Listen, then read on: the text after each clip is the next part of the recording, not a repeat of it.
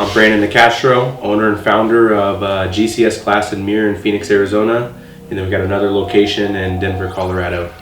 Go dummy, go beast, oh no. I go beast, go deep, I OD, oh no. I OD, apply pressure, put heat, oh no. Would you call yourself a glazer that started his own business, or a businessman that chose to be in the glass business? A glazer that started his own business for sure. Yeah? Yeah. So the entrepreneur spirit wasn't like... It was always there. Yeah? But I was a glazer first, it was a glazer, and then I always had those entrepreneur type visions and just never really did too much with it until I kind of went out on my own. You've had a previous company before you started GCS. Clothing company. Clothing company? When I was in high school. Didn't really do anything, just kind of cool thing to do, but whatever, trying to make money. Wanted to do something? Yeah, wanted to do something, wanted to create a brand. Yeah. So that's why I feel like GCS clothing, the swag is so good, is because that clothing company kind of wanted to do different things and have the cool stuff. I don't think it's just the cool stuff, but you like the branding. Yeah. As much as you like creating the business, you like creating the image, the Definitely. look. I think that's huge, is creating the image to go with the company. Yeah. So because if you saw a big orange sign with white letters and you're going down the road, you'd know what it was, yeah, right? Yeah, exactly. Or you'd know it was Home Depot. You see Sunbelt, you know when it's Apple, right? Yep. Yeah, definitely. Even just from the packaging and stuff on an Apple computer compared to other computers, right? Right, that's why the logo gets so, it's kind of gotten more and more basic over the years, because more and more people know what it is. So it's kind of like Nike. You see a swoosh, you know it's Nike. They don't even have to have a name on it, but you like the Nike brand. Right. So kind of like that. And Starbucks with the little lady. Yeah. It has nothing to do with coffee, but right. you know it is. When was your first entrepreneurial journey? As a child? Pretty much. I would say probably around third grade, just knocking on doors, trying to pull weeds and mow grass. Yeah. Just to make money. Right. So just door to door. Have some money for McDonald's and ice cream man and stuff like that. As weird as I like to save when I was younger, like just try to see it, like collect. Like I'm weird about things, like even with tools, like I'll buy multiple tools sometimes just to have that stocked away, just to see it there collect. I think that's like a lot of us men. Right. Like we work with someone, like I know when I started working with Tom, the first thing I wanted was the level kit that he had. I was like, I'd never seen this, I gotta have it. Right. And then I try to get everyone to buy the same shit that I buy, like for tools and stuff. Yeah. That like all my guys at the shop have the same.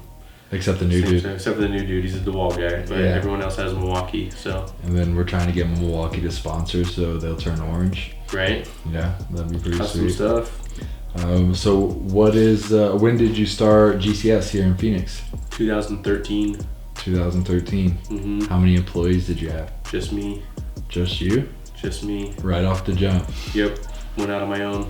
And then I was using my cousin to help me on the side and stuff, and just, paid him cash here and there, but it was me and him for I shouldn't say a long time, and then I kind of hired a buddy of mine and kind of went from there.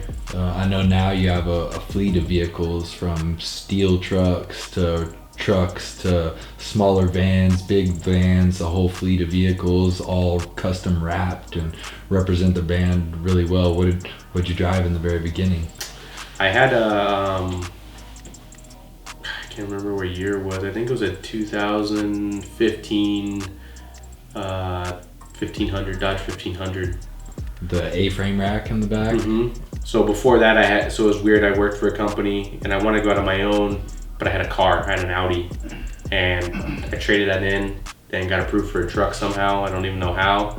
And I was like super stoked that I finally had a truck again. And that kind of led the way of doing a side job here or side job there, and kind of just going out and doing my own thing. The truck makes money for you, unlike a car kind of thing. Yeah. So I pretty much was working in San Diego. I was in the glass business for a while. Everyone that I worked with I felt like everyone that I worked with at this commercial company wanted to be a paramedic, and was like that. I've always wanted to be a firefighter, but in San Diego County, you had to be a paramedic to be a firefighter. So I'm like, well, I'm gonna go do that too. So I think there's 3 of us. It was me, Tom, and a buddy Jeff that all went to school to become paramedic firefighters. So I got out of the glazing industry. I quit my job. Got a job as got a job as an EMT, and you have to be an EMT.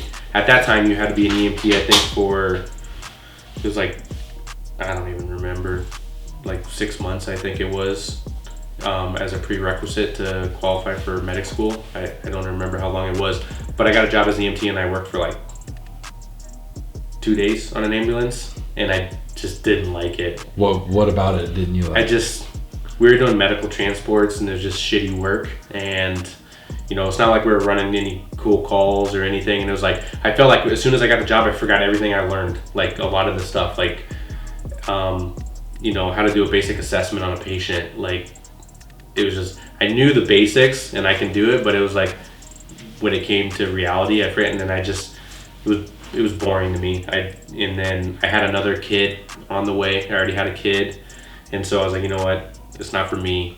I'm gonna go back to and it was making shitty money. I took a big pay cut for being a lead glazer to going to be a paramedic in San Diego County, and I made $12 an hour. Oh shit. So then technically in medic school, if you went into medic school, you technically weren't supposed to work during medic school. They didn't want you to work because it was so tough to pass medic school. So I was like, you know what, it's not for me, and I'm just gonna get back in the glazing thing, and kind of went from there. And I think that was around 2008, and that's when the recession hit, so it was kind of slow. Mm-hmm. So then I went to Texas to help a buddy out, run a couple jobs in northern Texas, and so I flew back and forth from San Diego to there to help him run it. And then finally I got a job in Encinitas and worked out there. And that's in California? That's in California. And then things went south with me and my ex-wife, and we got a divorce, and I couldn't afford to stay in California and pay child support and live there by myself. I had no family out there. I was from Arizona, so I made the decision to move back. It was a tough decision moving away from my kids, but it was only 6 hours away. And so I moved back, got a job at a commercial company out here, kind of went. Was your second daughter born at that time? Yeah. We split when she turned 1. And you have 2 daughters? I had 2 daughters, yeah. And their names? Skylar and Bailey. Skylar's the older one, Bailey's the younger one. So that had to be pretty tough. Yeah, it was pretty tough. And then moving back to Arizona, paying spousal support, child support. Yeah, I got money there too. Yeah, so I got screwed. Like, it was like half my net income was going to that. So I moved in with my mom. I got this job. I got a job for a commercial company, and they did a lot of curtain wall and stuff, and I wasn't too familiar with curtain wall. I knew storefront. I ran storefront jobs, but not curtain wall. So I was just a glazer. I didn't get a job as a lead glazer. I just got pretty good pay in Arizona for a glazer out here. And then I had the opportunity to go work for this big Fortune 500 company that had glass division, and they were doing backpacks. I looked them up, and I was like, all right. So I went and interviewed. They hired me. You feel like you learned a lot from them, being a large corporate company? I did. It was the first corporate company I worked for, and I hated working for corporate, but there's a lot of things I was able to take from the corporate world to implement it in GCS. Processes and things like that. Yeah, definitely. There's a reason they do it. So I came up with this whole thing. I wrote out this whole list of how we can grow the company or the division, and what I had forms that I created, spreadsheets that I created to make everything better. And kind of went to the general manager and said, look, like, I'm running everything. And, at that time I was talking to a buddy of mine, and he kind of sold a couple of side jobs for me. So he was trying to sell shower door work, and I was like, I can get glass. So I installed them. Mm-hmm. And went in for a raise to try to get promoted to a manager, because that's what I was doing, or a supervisor or something, and it wasn't in their budgets, and they couldn't do it, and they couldn't give me. They gave me I think it was a 50-cent raise, and said I was the highest paid installer they had. they can't give me any more raise. I'm like, well, I'm not an installer. Like, I got guys underneath me that are installing. I'm doing all the managing. I'm here doing all the month-end stuff. And it came down to, I was like, you're right. That kind of pushed me away. So I was like, you know what, I'm just going to go out and it was right around Thanksgiving time of 2013. And my ex-wife was making it difficult on getting my kids. I didn't see them for 6 months. It was like the longest period I didn't see my kids. And I was used to getting them out here every other month for 2 to 3 weeks at a time. Oh, wow. So, and then it got taken away. She just stopped giving them to me. So we were fighting in court and everything. So finally I was going to get them for Thanksgiving. So I told them I need, the Friday after Thanksgiving off, all this. And, one of the other managers was like, well, you don't have any PTO. You can't take it off. It's month end. You got to be here. I'm like, I'm not even a manager. So, so at that point I was like, you know what? I put in a week and a half notice because that's all I had, and told them I was done. Did you have any jobs lined up? I didn't. No? There was one guy I was talking to that he bought all his glass and I would just install for him. And so that was kind of like a jump start. Yeah. But other than that, I didn't have any work lined up. It's just some labor. I just knew if I was able to put time in after work and, get showers done, that I would be able to, if I had full time to just concentrate on work, I would be able to get it. You've mentioned showers a few times since we've been talking. Is that what you would consider like your specialty? Yeah, I would say that. I mean, that's what we went into specializing with, shower doors.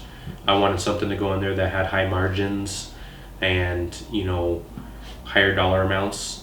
And I didn't want to do the mom and pa stuff where replacing patio door rollers or doing hack outs or, stuff like that. Resealing shower repairs. That stuff before? I did. Yeah. So I mean, I'm a complete glazer. I've done everything from auto to commercial to fab and custom mirrors to patio door rollers to shower doors and deck rails and all that. So, but that's where it started. It was just, and I was literally moved out of my mom's house and I moved in with my girlfriend that was living with her parents. And I didn't even have a garage. Like, they had their stuff in their garage. So like I literally started it out of the room and had the side of their house to store a couple pieces of glass here and there, and that was it. Outside. Right. Will called everything and kind of went from there. So did you have the ups and downs like a lot of glass companies? It was a nightmare. Have? Yeah. It was so bad that I would order so many showers from them that I would have my own racks in Phoenix they're in Tempe that I would will call from. Like, I literally had racks full of glass there to will call because I ordered so much from them. But the problem happened, the problems that started to happen were scratch glass. It would come in, chip glass, or didn't show up. I would schedule jobs and for that day, and I'd go to will call them and they wouldn't be there, or something be wrong and I'd have to cancel the job. And it cost me so much money to drive there to will call it and then cancel a job and not do it, that when I finally decided to get a shop, that almost half my overhead in the shop was covered with just my labor that I was losing on will call and glass. Because then I set up a process to where no job would get scheduled unless I had it in hand. It was received, checked, and signed off on to get installed. So like you said, the glass you were picking up was chipped, scratch, stuff like that. A lot of people would still just install that. Why didn't you? I would say you can probably find a scratch on any piece of glass on a shower door. Right. But it's just, where is it at and can you get away with it? Right. So, if it's got a chip on the side that's going against the wall, or a bearing channel or anything, you can, kind of make it work. And I made a lot of stuff work because to me, I was like, I gotta get it installed. That's money just sitting out there. I gotta get this stuff done and take care of the customers. But these days, I know just by sitting in your office or coming to your shop that you don't really play those kind of games. Y'all have a complete process. Could you kind of explain that a little bit and what it entails? So like our order process now is, we go out, we draw up a shower. We have our own system on an iPad. So we draw up a shower. It all gets saved in the documents folder of the job project, and that will immediately we'll have access to it in the office on our computers. That way we can send it out for an estimate or send it out to order, whatever we need to do. So that gets drawn up on Showers Online. So we do all our own cut sheets. And then once those are drawn up, those cut sheets are uploaded in our system. And as soon as it gets ordered. And then when glass comes in, the confirmations get sent to us that night. Confirmations go in that same job folder in the documents. And then when glass comes in, it goes on one rack only, unless it's a huge order. And then all that glass stays on that rack until it's checked in. Each piece is physically checked for scratches. It's measured for everything to make sure it works. It's documented if it's out, and it's uploaded right in the system. If it's good or not, it gets received, and then it goes on a rack, and it gets labeled in our program what rack it's on. So when the guys go to install, all they have to do is go to the thing. They say, oh, it's on rack 6, and they can go pick it up, put it on the truck, and grab their hardware and go. If it's wrong, what do you do in that sense? If it's wrong, there's, for instance, the guy in the shop will turn around and say it's a chipped piece of glass, and it can't, there's no way we can fix it or hide it. So we'll turn around and we'll task our production manager what's wrong with it and what line item it is and the number. And so he'll get the task on his dashboard, and then he'll turn around and send an email and get that piece remade. And that will be left in the comments on the job. Awesome. So all in the system. And the system you use is GlassPack or SmartBid? No, it's just it's an app that's proprietary to us. Only we had it built. So that's more entrepreneurial, Brandon Nicastro. It is. Yeah? Yeah. So as much as you said you're a glazer and then a businessman, it seems like you got this pattern of more of a businessman that kind of learned to trade and saw it through, yeah? Yeah, for sure. So do you plan on releasing that to the public? I do. Just finalizing some stuff on it, and then eventually it will get released. So like right now, you can do estimating. You can write up estimates and invoice through it. You can run your reports for your accounts receivable and sales, and you can run reports on how many showers you did that were chrome in a month or a year or whatever, or brushed nickel, how many showers you did in a year, anything on the line item, you can search and run a report for the line item. So if it's just something that, say steel, we can run a report for steel and it'll tell me how many steel line items I had and sold in dollar amount. So you can run all those reports. It's a project manager, so we have our open projects button on it. So it literally has a list of open projects on it, and it has a button that tells us how much money is in those open projects. So we're able to track that. Same with estimates that are accepted jobs that we haven't started. Mm-hmm.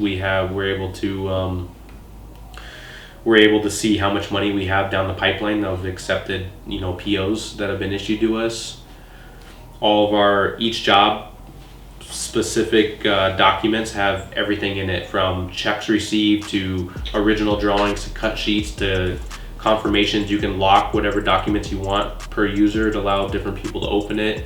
It has a job costing section to where when you're doing an estimate, you'll literally pick out what parts you want, hinges or whatever that are uploaded, how many estimated hours per guy, and you can look at your job costs at the end of the job and see, did you hit your labor? Are you overbidding? Are you underbidding? And all that.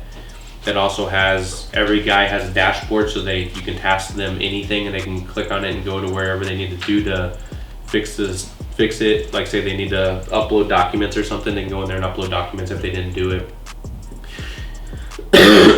It also has a follow-up button, so we can do an estimate and we can click on follow-up, and it will literally let us know on our dashboard when we need to follow up with somebody to kind of follow up and close the job. That's really cool. So it does a lot of stuff, and we have a scheduler in there, so we schedule all of our jobs. We use Google Calendar right now, and that to schedule our jobs. So we'll schedule on the Google Calendar so we can actually see the calendar layout, but we'll schedule them on that, and the guys have it on their iPads in the field on each job, and they click on it and go to that.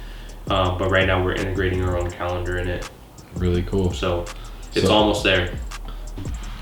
I used to ride a lot of freestyle BMX. Ride freestyle BMX? Were you any good? Yeah, it was pretty good. Yeah? Yeah. Something you really liked, did it a lot? Yeah, I used to do a lot of backflips, stuff like that. On a bike? On a bike. That's pretty cool. Yeah.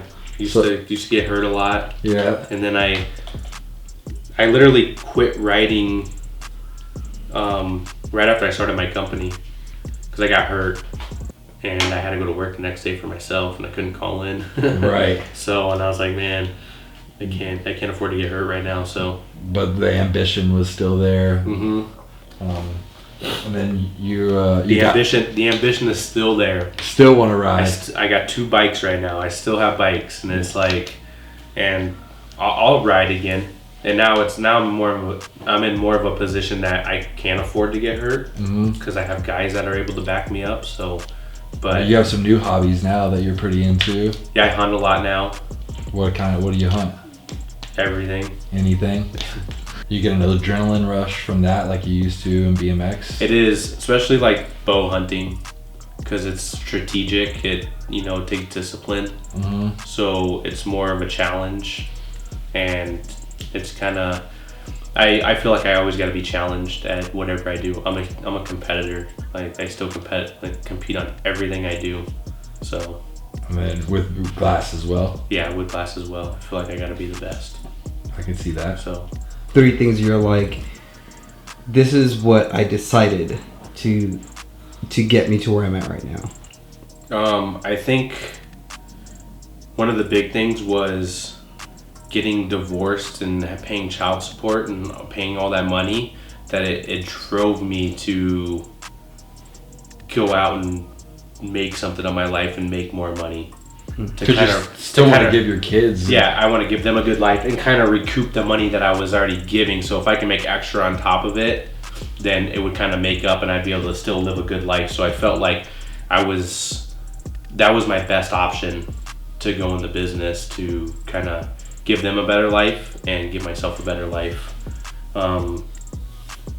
The sacrifice is another thing. I sacrificed a lot in the beginning with not with my kids, because every time I had my kids, I was always away from work. I always took time off. So even now, when my kids are in town, I won't be at the shop for a few days or a week or something. I just take it off. But I think sacrifice with, long hours, that was a huge thing that I sacrificed. Was just, I felt like if I grinded for a year straight of just working as much as I could, that it would jumpstart the company, which it did. It did. Y'all have grown year over year. Yeah, every year we've grown. We've never been. There's one year where we kind of were a little stagnant. We only grew like $200,000. So, but other than that, we've grown pretty good every year. That's pretty awesome. And you're remarried now? I am remarried now with 2 kids. And where did y'all meet? We met here in Phoenix at the gym. At the gym? Competing? Playing racquetball. Really? Yeah. That's cool. So, but yeah, so now we're married with 2 kids. With 2 kids and their names? Aubrey and Brixton. A little boy. Finally. Yeah? The 4th one was a boy. Is he gonna be a glazer? I don't know. I'm not gonna push my kids to do what I do. But if it's something they want to do, I would rather them be creative and do something on their own. Awesome. For themselves. Yeah. So, and if I can help them do that, I would. So, like my older one, I could see her being an architect. An architect? Or an engineer, yeah. She just has that kind of brain? She does. That's really cool. So, kind of still in the same realm in the construction and building. Another thing I would say is, do you see yourself staying in glass, or is there like things that you already have like that you would like to branch out with? It's funny because I always said in the beginning that the glass company was going to be a stepping stone to get to a bigger platform. So I've always wanted to do real estate, buy real estate and do that as kind of part of my portfolio. I'll probably always be in glass one way or another, but I think there's bigger and better things out there. Because you have a new company still with Colorado. Yeah, so, I have a company in Colorado that I partnered with a buddy of mine, Tom, and, that's going well. So who knows where to go from there. Where did y'all meet? We met back at a company in San Diego that was doing commercial, and he was one of the guys doing the paramedic thing, and he actually went through and did it. Yeah, I actually did it. Yeah. And then somehow or another, he wound up back in the glass business. He decided to quit later on in life and get back in the glass business. All right. It always sucks you back in. It does. You never get away from it. Right. So it's a good industry to be in. It is. Like, I always look at it as like, it's like Legos. I mean, you're building things. Mm-hmm. And then shower doors, you know, you get to go in and it's a finished product. You get to build it and look at what you built. And it's kind of like commercial was cool too, because you drive by and look at these buildings that you've glazed. You know, you did all the metal there and glazed, and it's like, you know, I know so many people we drive by, and I'm sure my wife's sick of it, driving by and like, I did that house, I did that house, I did that house, you know, just all the time. So right. I did that. Sense of pride. Yeah. Where do you see not just Brandon Nicastro, but where do you see GCS?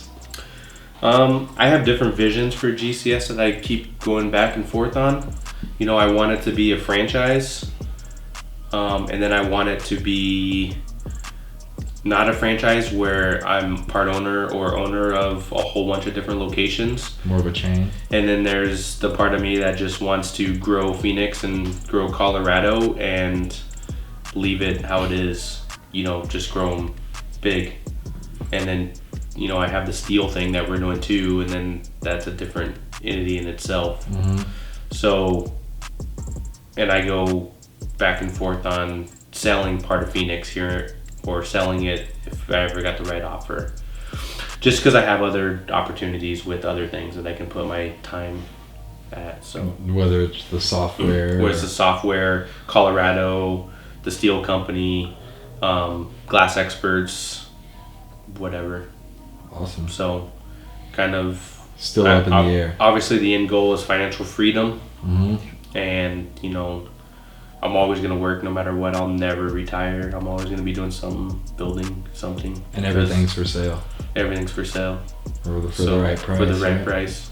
And that's what I learned early on, and that's where I think I've done a really good job that GCS can run itself without me being there for the majority of the time.